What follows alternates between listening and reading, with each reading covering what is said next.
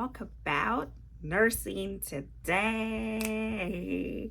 So, what did I want to talk about today? Here I got my mighty book to help me stay in track and look professional. So, yes, I wanted to give you guys the secrets that nobody tells you of how to be successful at your first nursing job. There are so many things that nobody told me on how to prepare to be successful on my first nursing job.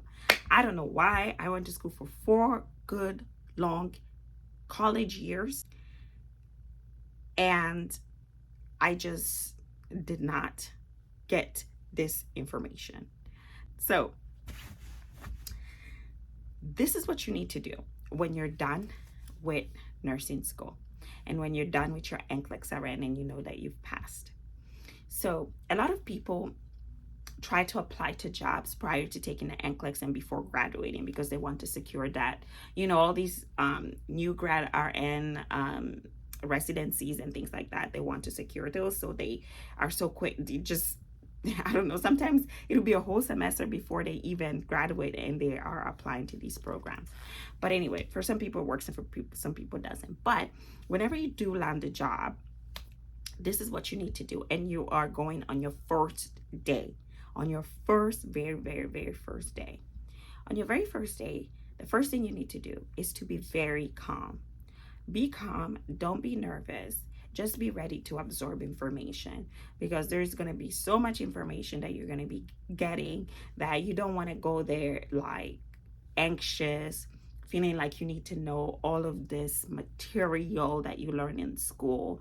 There's no need to have that anxiety. You already have the information that you need. That's why you have your license. So just be comfortable with yourself and be very confident. That is the one thing that will help you on the floor. If any nurses out there feel like you're not confident with yourself, if anybody, even CNAs, LPNs, and patients, first of all, feel like you are not confident,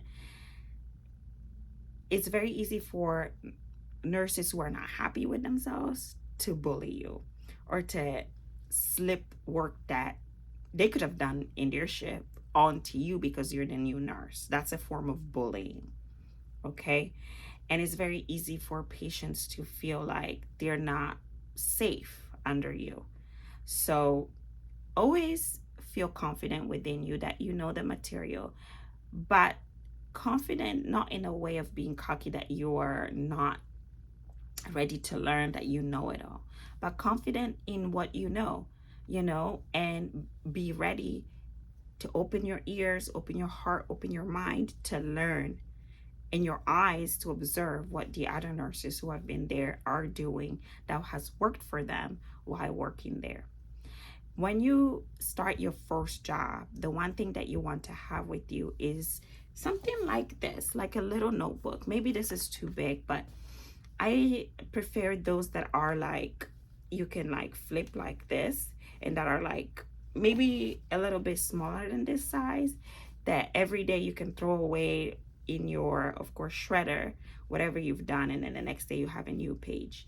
I say this because when you go on the floors, right, nobody gives you a sheet or a notebook or anything that you can use to take notes about the patients that you're going to be caring for or that you might be caring for at some point.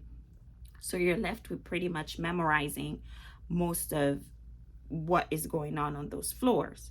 Now, I'm speaking for geriatric care, acute care, subacute care in facilities. I'm not speaking for the hospitals, but some of these things will help you at the hospital as well too, because it's all caring for patients and it's all caring on the floors. But I recommend, in some hospitals though, they do give you like a template on the patients and things like that, so you will be able to use that, which will definitely help you on your day shift or on your shift. But in where I work, they didn't have any of that. I had to come up with what will help me keep track of my patients and care on my own. That's the mindset you need to have. How do I keep track of the patients, and how do I keep track of the medications, the treatments, the accidents or admissions or transfers that happen throughout the day, so that I don't miss anything? That's the mindset you need to have. So whatever you use to help you keep track of things, that's what you need to bring with you on the floor. Not a whole bunch of crazy things, but like I said, a little notepad with your pen so that you can write down the most important things. So what I did is, in that notebook, I divided that notepad into a couple sections. I don't remember how many, but the first one was the first column was the report. So when you are coming onto your shift, there's always going to be a nurse who's going to be giving report to you, right? Whether it's the night nurse or the day nurse or the PM nurse, is going to give report to you, and that report is the life of your shift. You need to really pay attention because they're giving you pretty much what you need to do on your shift. So that's what you need to write. So basically, they'll let you know what accidents have happened, if there's been any falls. They're going to let you know if there's any treatments that need to be done that they did or need to be changed again. Especially if you're new nurses, most of the time are really nice because they're not really trying to be nice to you. They're trying to make sure that when they come back, they don't have 3,000 the work to do. I'm just telling you. But most nurses don't want to do extra double, triple work. So they will let you know what needs to be done on your shift so that when they come back, they don't have to deal with it, you know? So, or, you know, they don't want to hear it from another nurse who come after you, who will then meet them later and say, why didn't you tell the new nurse this, that, and that, and that? And now I had to do it. They won't say it now, I had to do it, but that's what's in their head. So basically, really just pay attention to the report, write it down. And the questions that you need to ask on your report, on your first day of work is literally, what is it that what treatments need to be administered. If you have patients with G-tubes, if you have patients with colostomy bags, if you have patients that are on an IV type of antibiotic. So you need to know these patients because when you're on the floor, it's going to be busy. And on your first couple of days, you know, after orientation, you know, and these are things that you need to make sure you know on orientation. Okay, so when you're orienting for the first 2 weeks, guys, these things, write them down. These are the things I'm telling you, what what will happen on your first day, but that is reflecting what you need to jot down during orientation so that your first day can be easier. So during orientation this is what you need to do. Jot down all the treatment, you know, G-tubes, IV antibiotics, whatever treatments that are special that, you know, you need to follow up on. Write it down because more than likely, if you're going to start in the next week or two, they're going to be similar, maybe a change or two. But that change or two is what you will find out when you're getting report, right? So now moving on from that to your first day by yourself, ask all these questions just to be sure that everything that you've written down or you wrote down during orientation still is the same. So that will make your shift easier because you're not stressing. Now you know everything because your nurse needs to tell you these things, because otherwise, what did she do on her shift or what did he do on his shift? So you know all these things. Now go back to orientation. Before you start on your first day, what you need to do is make sure that you know how they organize medications. If you're in a hospital and they have a pixel where they keep all of the narcotics or whatever else they keep in there, know where it is, know how to access it, know exactly where each medication is located, each category of medications is located, so that it's easier for you when you have to administer on your first day, you know, where to go and look for it. You don't want to be on your next first day and you're shuffling through things and you don't know where things are, because that's going to stress you out and you're going to be staying overtime like 3 hours and your boss is going to be upset with you and so on and so forth. So know the location of your medications. If you are in a nursing home or if you are in subacute care setting, usually there is a big cart where each patient has their medications in it. On the top part, usually you'll find things like vitamins, vitamin C, vitamin E, zinc, and all that kind of stuff, usually on the top part. from the different nursing homes or subacute care settings that I've worked, that's where they usually keep them, or maybe on the side here. But normally on the top, there's like an area where they keep supplements. Okay. So you need to ask for that. You need to be familiar on where that is. And then each patient has medications based on the room where they're at. And usually they change their medications based, if they change their rooms, they change medications with their rooms. So know that, okay? And then medications usually are categorized by patient, by room, and by day. So AM, PM, HS. So when this is a big trick that helped me out on getting faster on passing medications to like 30 patients and beyond. When you're doing day shift, guys, don't be looking for medications for PM and HS. Just pick out AM, the bulk of medications that are AM, pick it out and compare it to your book. You see what I'm saying? That makes it so much easier. I remember like when I didn't know any of this, nobody was there to tell me this. I would just like be shuffling through the meds. Like I go through AM, PM, HS, and it take me forever to pass medications. But then, you know, I started noticing the other nurses on the other side that it would just pick like a bulk of medication, put it on the cart. I'm like, what are they doing? I'm like, so now they have less medications to keep shuffling through. So pick your AM meds if you're working on the AM shift, and then compare the medications to the day to the what they're giving in the daytime, and that will make it a faster process for you. Same thing for PM, same thing for HS. When it comes to treatments, most facilities now have a treatment nurse, but sometimes your treatment nurses are overwhelmed because they may hire just one, and that one treatment nurse has to do the whole building. So your treatment nurse might not be able to get to you. She has the response to your patient. She has the responsibility to do it, but the ultimate responsibility on the floor for your patients is yours.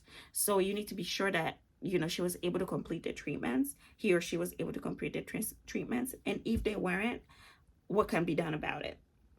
You know, you may have to do it. So you need to be familiar with who, so that you're not wasting time on your first day looking through the thick books of treatments of who needs treatment, who has what, so that you need to take care of that, you know. And then in the end, if you have the time, you can just go ahead and look, make sure, you know. So these patients have, you know, bed sore, and they use Mepilex or whatever to take care of their bed sores, or if they have like sores on their feet, or if they have a colostomy bag that needs to be changed, or if they have a G-tube that needs a dressing change, or if they have IV. Write all these things down so that after you pass your meds, you know exactly what to do. You're moving. You get what I mean? And so this is the main thing. You just need to be organized, and you just need to be just need to know how to prioritize, because if you don't, that's when it gets really hectic. And in nursing school, they don't teach you this except for, oh, you need to use nursing judgment, or you need to prioritize. They'll write you have all these in front of you, but they don't really teach you in a way to understand exactly what that means. It's really real. You really need to know how to prioritize on the floor. You really need to use your nursing judgment, because there will be times where you have your regular routine, right? Because now you've written down what you get from report from a nurse, you know what you need to do. And then, you know, let me get back to that one in a second. But, you know, there will be times where you will be on the floors and you have this routine, and stuff happens, you know. A patient will fall and break their neck, hopefully not, you know, but that does happen, and it can happen. You know, you have patients fighting with each other, and you know, that's another accident report. You have patients who go missing, that's another report.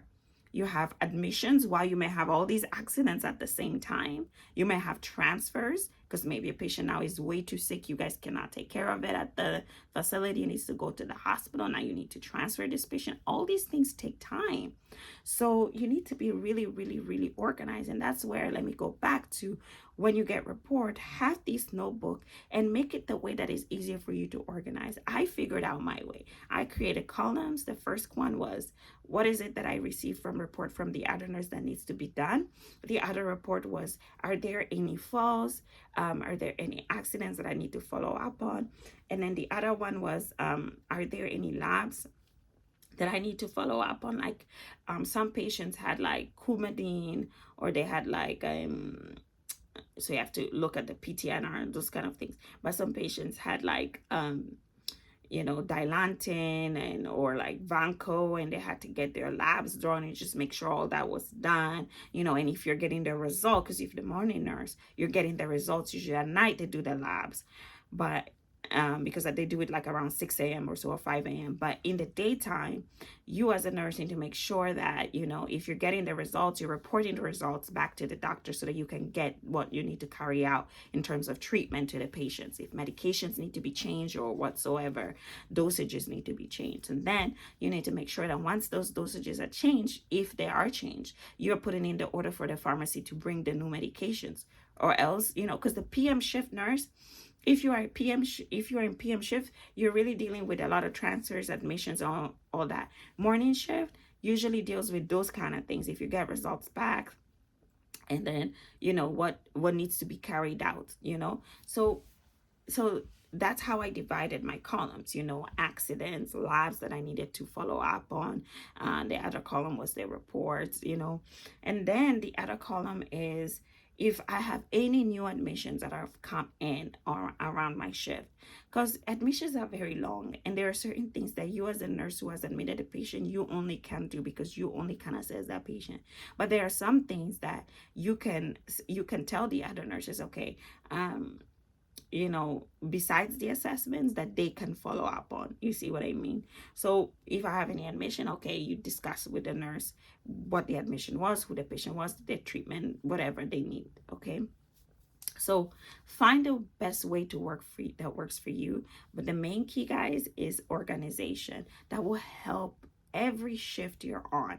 That will reduce your anxiety level incredibly, because now you feel like you have a hold of something. Because really, like, I think my first days, the problem was I felt like I didn't have a hold of anything. Like, I was like, oh my goodness, like, this guy right here is falling, this one is like screaming, this one is banging on my table, and then I have like 47 medications to pass, like 47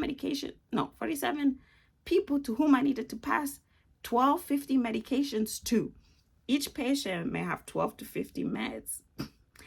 And along with that, they may have AccuChecks. All right? AccuChecks, check blood sugar. And when you're done with checking the blood sugar, it ain't done, honey, because you might have to go back into that refrigerator and get what? That insulin and give it and go back and check the insulin again.